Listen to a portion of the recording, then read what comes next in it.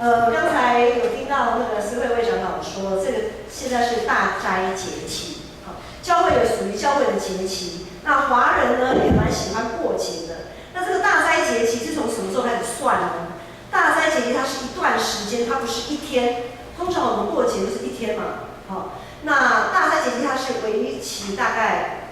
40天，再加上40天当中的这些主日。比如说以今年来讲，就是往复活节4月21号往前推40天，然后扣掉每一个主日礼拜，所以算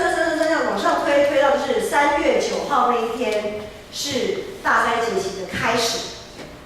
所以3月9号到4月21号就是40天，再加上那一些主日礼拜。那大斋节期为什么要扣掉主日礼拜呢？因为大斋节期它所代表的意义就是披麻蒙灰，要做信仰很深度的反省、悔改、认罪。所以教会节期的颜色，以颜色来讲，就是紫色，就是今天牧师的圣礼服这个挂带，就是用紫色来呈现。那这40天为什么要扣掉主日礼拜呢？因为主日每一个主日，一年当中52个礼拜，每一个主日都叫做小复活节。因为我们一个礼拜在外面忙忙碌碌的，然后来到教会做礼拜，就是一个领受新的恩典，然后就是一个新的生命的开始，就是一个小复活。所以每一个主日都是一个小复活，所以我们在大斋节这个期间呢，这40天的期间要扣掉这个每一个主日。好，这40天它这个40天怎么来的呢？就是来自于也是圣经，就是耶稣受试探。耶稣在服事之前，他被领到旷野受试探40天的时间。好，所以为什么要受这样的试探？然后我们知道耶稣他没有罪，他没有被试探赢过，对不对？他没有被试探赢过。因为我们在属神的子民啊，我们要过在地如在天的这样子的生活是很不容易的。我们明明是活在这个世界上，但是却要行上帝国度子民的这样子的一些，不管是言行举止、作为，还有我们的整个心态、整个态度、整个人，我们怎么样是一个明明是应该是天上的人，好像要在凡间过生活，面对的东西其实面对的试探挑战真的非常的多。所以我们需要在大斋节期，不是说平常就不用做，特别要在大斋节期的时候，我们要去反省自己的信仰有没有被世俗化，有没有被这个社会同化了。照理讲，我们是要去感染外面的人，可是我们常常因为我们基督徒特别在谈少数嘛，常常我们不要说去感染别人，我们自己不要先被影响就已经很不错了。所以我们要去常常反省自己的信仰。在使徒信经里面，我们常做信仰告白。刚才不是最近是新的建立，然后我们一阵子就会换。在信仰告白里面呢，使徒信经里面我们会知道说，耶稣是上帝的儿子，是从童贞女玛利亚所生。在约翰福音1章14节有说，道成肉身住在我们中间，充充满满有恩典有真理，正是父独生子的荣光。所以圣子耶稣和圣父上帝、圣灵上帝，他们原本就是一体的，不可分割的。他们原本就是一体，同质同体。耶稣本有上帝的形象，却限制了自己的全能，然后他愿意道成肉身，降世为人。他愿意成为一个人的样式，跟世间的人一起居住。所以在耶稣道成肉身，就是2000多年前的那个时代，在他们当中就有一些宗教领袖啊，经文我们放到那个经文那一段，就是有一些第22节，就是被一些长老啊、祭司长啊，还有文士啊，就是那些经学教师、宗教领袖，因为他们错误对上帝的律法诫命错误的理解、错误的诠释，以至于他们有错误的教导。长期以来的上个礼拜牧师有讲到，在这样长期错误的一些传统跟一些经验，就把他们都绑住了、捆住了。让他们没有办法真正认识上帝是慈爱、怜悯又公义的上帝。所以耶稣道成肉身，他成为一个人，成为一个真正的人，他就以身作则，以身作则，要重新塑造一个新的信仰群体。不然他们就会像那些老师、那些长老啊、祭司长啊、文士啊，我们常在读经的时候就看到一些法利赛人啊、经学教师啊那些，他们常常做一些表里不一、伪善、假冒伪善的人。好，那耶稣是完全的人，他是一个真正的人哦，他绝对不是像我们现在讲的是刀枪不入、金刚不坏之身，他就是一个完全的人，他就是一个人。当他道成肉身，从童贞女玛利亚的肚子里生出来，怀孕生出来的时候，他就是个完全的人。他将真理身体力行的成为人的典范，他绝对不是那种在天上飘飘飘的。我们讲说，常常有人讲说，你们天龙人都不知道我们其他人的什么痛苦哈，他绝对不是那种完全不知人间、不食人间烟火、不知人间疾苦的，他不是。耶稣他也会饿，也会渴，也会累，也会生气，也会难过。他常常需要安静的祷告，我们会发现他在服侍到每到一个段落，他都会退去安静祷告，抵挡什么？抵挡一些诱惑、试探，抵挡他成为一个人可能会不晓得从什么时候会跑出来的一种骄傲，所以他常常会退去祷告，跟他的天父祷告。我们所有的感受，属于人的感受，耶稣都可以感受得到。所以我们并不孤单，他是以马内利与我们同在的上帝。所以不管我们现在是什么样的情况，他都知道，耶稣都知道，他与我们同在。在希伯来书里面有说，他是完全的人，但是他也是完全的神，他也是完全的神。上礼拜华语堂，有一位外来的陈哲仁牧师，他就讲到说，华人文化很喜欢将一些人事物神格化。就好像以日本来讲，台湾可能也有，就是看到石头啊，这个石头不错就拜石头啊，然后看到这棵树长得不错啊，就这个树，哇，好像有树神这样子哈，然后就拜大树啊这样子，看到什么拜什么。我们台湾民间宗教也有啊，就是我们常常会听到的妈祖，有没有听过？有没有听过？有然后还蛮普遍的吧。虽然可能有的人是好几代的基督徒，你有听过妈祖娘娘这种之类的，或者是拜关公啊，关公是很多这种警察、这种军警单位很喜欢在拜的这样子，因为他是武将这样子。好，不管是妈祖还是关公，其实华人文化他们本来就是一个被造的人，只是他们在他们当时的在活在世界上的时候，可能他们有一些善行。或者是有一些什么样子的作为，以至于让世人觉得很敬仰，或者是一个心灵的寄托。于是呢，当他们过世以后，或者是然后就把他们形塑成一个偶像，把它变成一个神灵，就是把这些人神格化，把他们变成神来拜。好，所以但是耶稣他是完全的神，他绝对不是这样子偶像神格化的结果。他从起初，在我们读创世纪的时候，起初神创造天地，就讲起初他就是神，他是创造宇宙万物的主宰。约翰福音1章1到3节有说，太初有道，道与上帝同在，道就是上帝。这道太初与上帝同在，万物都是借着他所造的，就是万物都是借着耶稣所造的，凡被造的。没有一样不是借着耶稣基督造出来的，所以耶稣他有完全的神性，他也有完全的人性，他是完全的神，也是完全的人。耶稣的神性在他的人性上彰显出来。当他成为人的时候，他是人的那个时候，他的教导就和一般的经学教师不同，他的教导非常的有权柄、有权能，大家都非常的觉得心灵苏醒啊。很喜欢听耶稣讲道，然后就很多每时候耶稣要讲道的时候啊，众人拥挤去听他讲道，然后他也会赶鬼，医治各样的病症，他会让死人复活，让5000人吃饱，会平静风和海。我想我们这1个月来的读经进度，读路加福音，不管是路加福音还是其他福音书，我们都会看到耶稣的神迹奇事。好像没有什么是他做不到的，好像是没有什么他做不到的。但是对当时候的人来讲，这是非常不可思议的，因为对于人来在人的眼光来看，他是谁的儿子？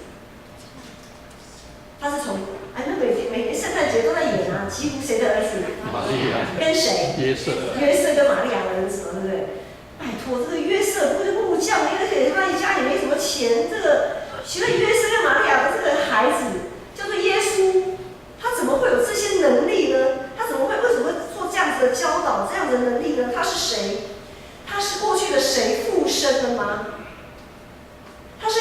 被施洗约翰，是以利亚，是哪一位大有力的先知转世附身在他的身上吗？当时耶稣道成肉身，那个时候是一个是罗马帝国，是希腊文化的那样子的一个时代背景。那个希腊化的社会就是很多的神灵，非常神明，宙斯啊，什么女神啊，很多神，还有很多神话故事这样子。其实台湾华人也有很多这样子的神灵，很多神话故事。所以呢，如果说要以现在台湾的情况来理解，就是他们会认为耶稣是，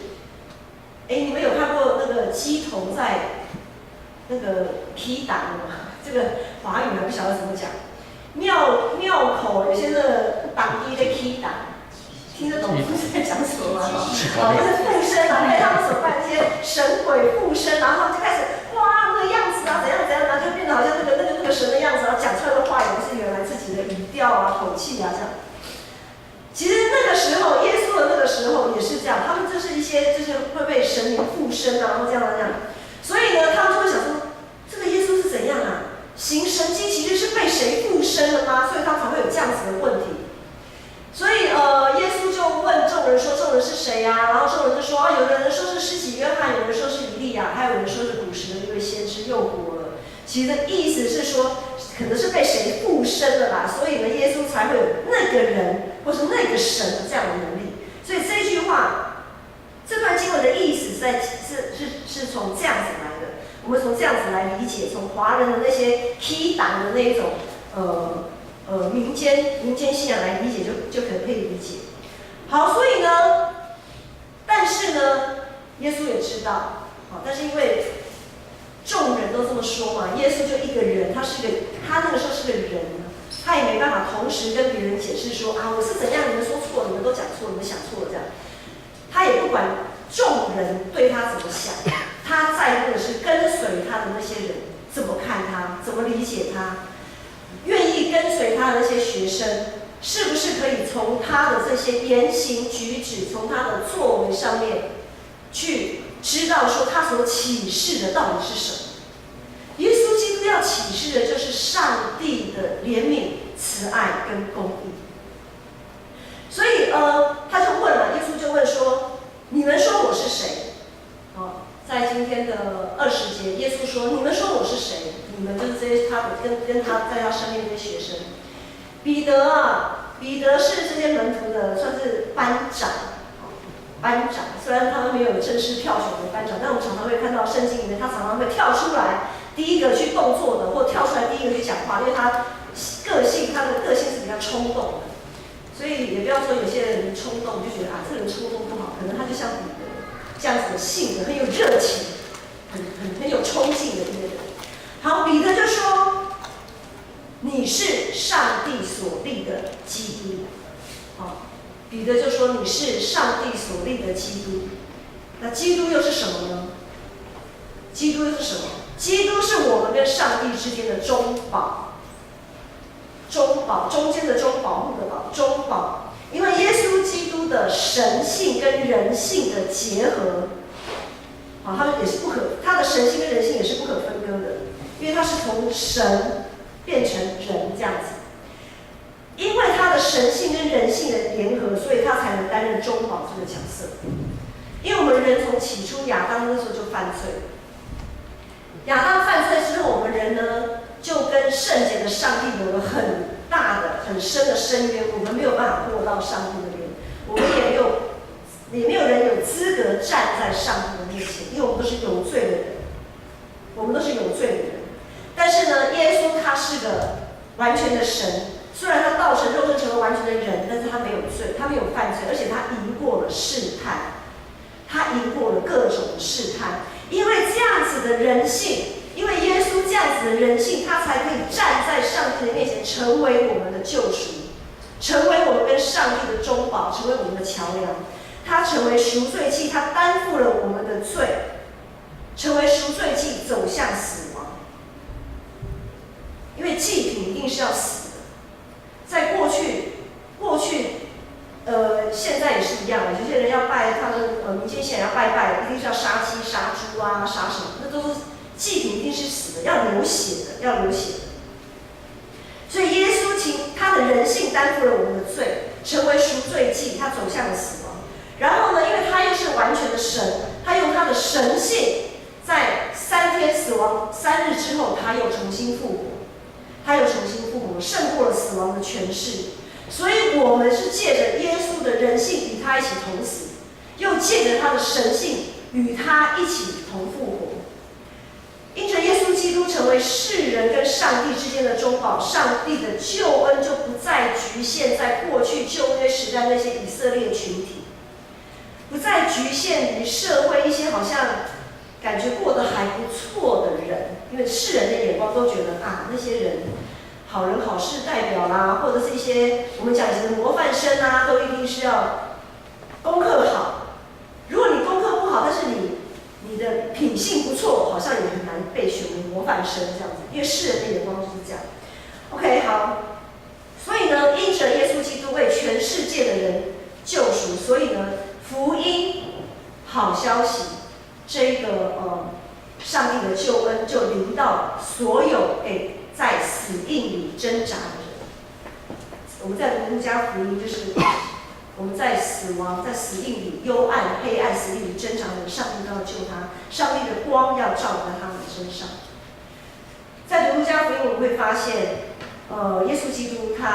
耶稣一直在讲说，我们要跟贫穷的人，主的灵在他身上，让他传福音，当然也是告诉我们要我们传福音给贫穷的人。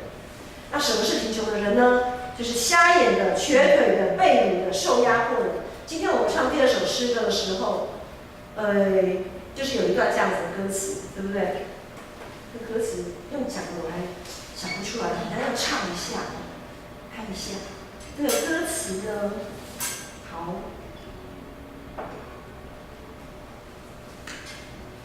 耶稣医治伤心人，好。耶稣，你有权柄释放，然后耶稣，你能使瞎眼的人看见，对不对？我们唱的这些歌词。好，这些所谓贫穷的人，这些瞎眼的就是指那些被世界迷惑，无法分辨真理，在灵性上瞎眼的人，他无法有正确的判断力，他没有办法判断什么是上帝所喜悦的，什么不是上帝所喜悦的。瘸腿的人就是听得到却行不出来的人。被掳呢，就是完全被这个世界捆绑，完全被世俗化的人。我们有听过撒该的故事，撒该就是当初他就是一个完全被世俗化的人。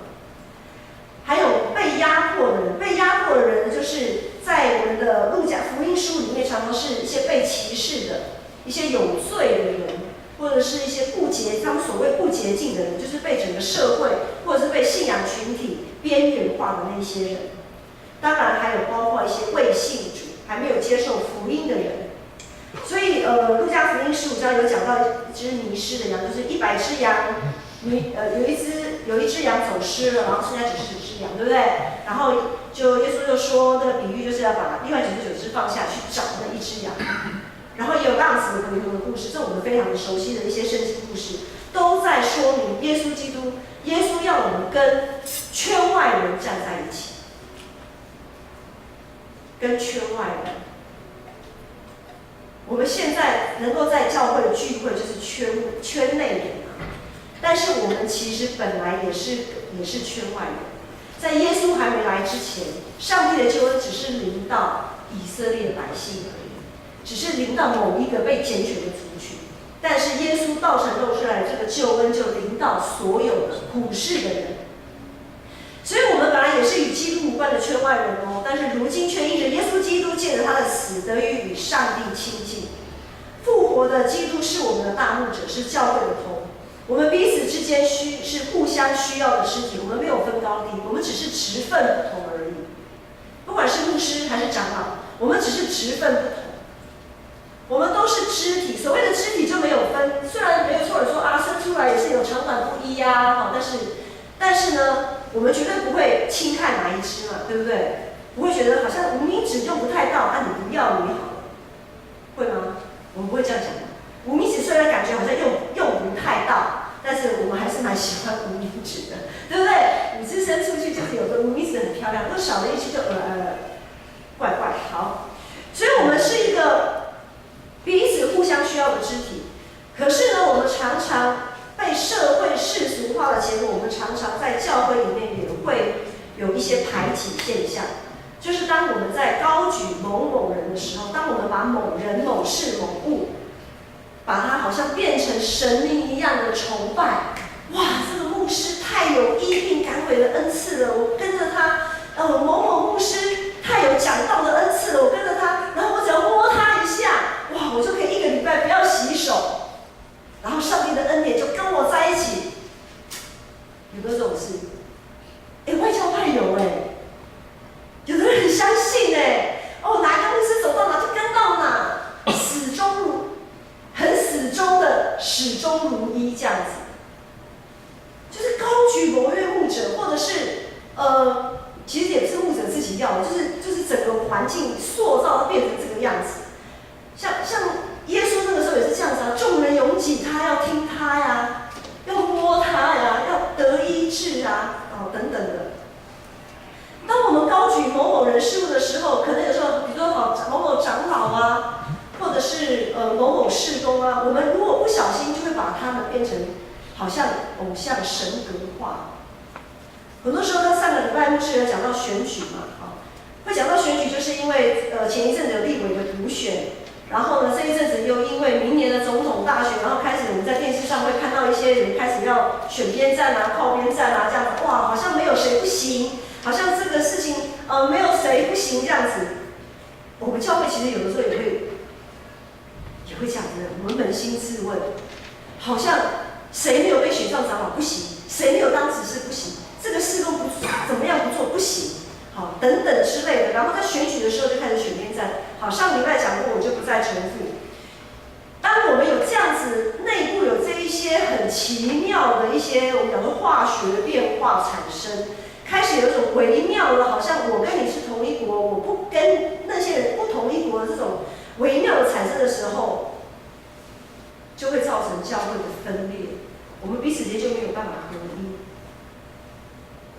好，然后在别人来看就会看不懂，像我们这群基督徒在干什么。好，所以我们要在真理当中不断提醒自己，我们基督徒的身份，不管是牧师、长老、执事、会长、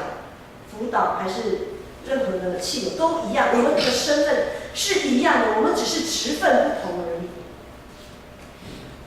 我们要晓得我们的这个身份是怎么来的，我们才不会自夸，不会自以为意的去评断别人。我们如果能在信仰上很坚固，今天如果我能成为牧师，今天如果我们某人能成为长老、成为执事、成为被选的同工，或者是我们觉得说哇，这个人的信仰真好。我们真的没有什么好夸口的，不是我们有多厉害，都是耶稣基督的恩典。可能我们会有的时候会听到一些声音，就是有人在背后评论说啊，怎么有些人好像都不来教会啊，或者有些人怎么好像跌倒很软弱很玻璃心我这样讲好了。耶稣说，我们不要论断人，要先拿掉我们眼中的梁木，才能去看到你弟兄眼中的刺。今天那一些本来是圈内的人，他们因着各样的软弱，因着各样的被排挤，或者是不舒服，他们离开了教会，好像本来是圈内人又变成圈外人的时候，我们要怜悯心肠，我们绝对不能自夸，自夸说我们可以站立得稳。谢主，是因为上帝没有把这样子的重担放在我们身上。那一些本来是圈内人，后来跑到圈外去了，他们的心里有多么的失望、伤痛。那个担子、那个重担，可能不是我们能承受得起的，所以耶稣没有把这样的担子放在我们身上，以至于我们可以看起来好像很刚强。其实不是的，其实不是这样子。路加福音在福音书22章，当我们看到22章会看到彼得，我们都知道耶稣有预言彼得3次不认主，对不对？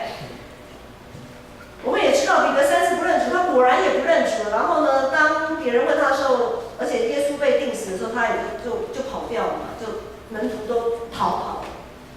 也就是说，这一些圈内人全部都逃跑了啦，跟着耶稣的这些全部都逃跑了，全部都变成圈外人，只有一些妇女还留在那边看着耶稣被钉十字架这样。可是耶稣怎么跟彼得讲？当耶稣预言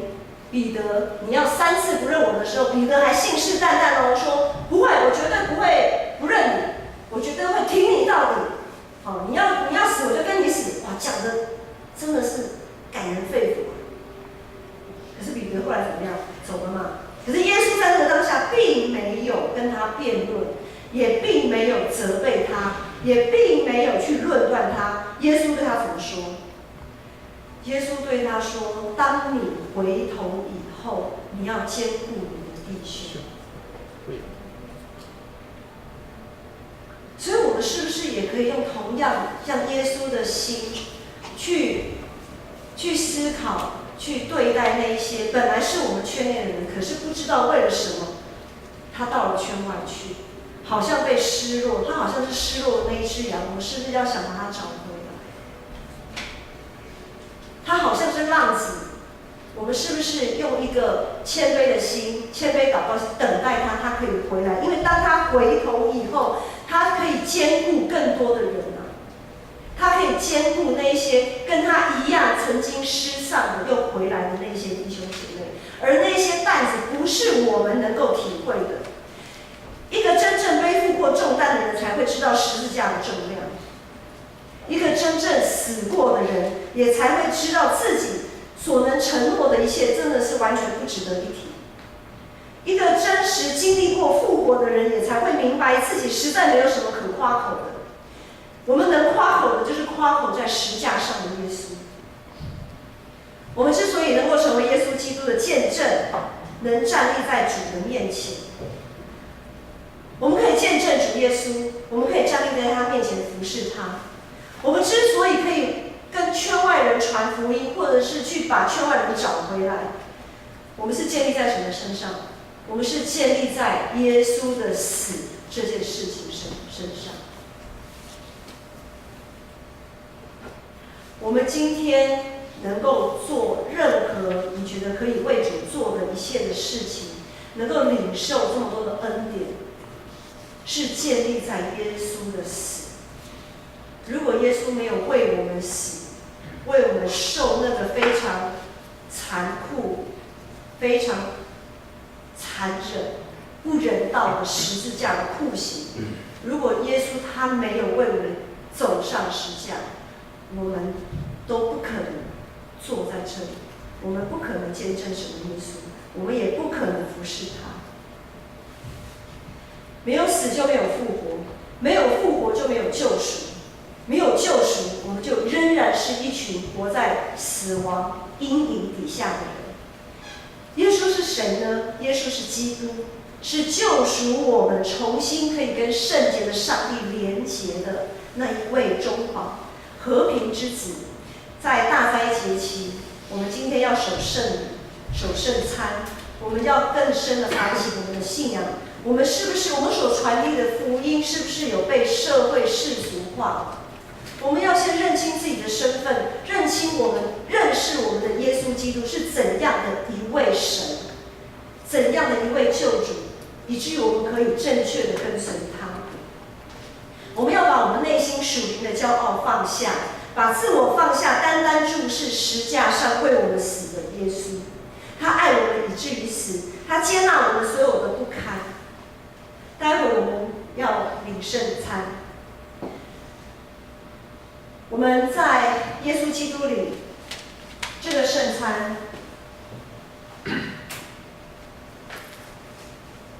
本来是一个，这个饼，这个面包本来是一个，它代表的是耶稣基督，代表的是上帝国度每一个属他的人。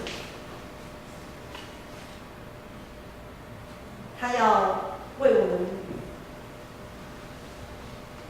打破他自己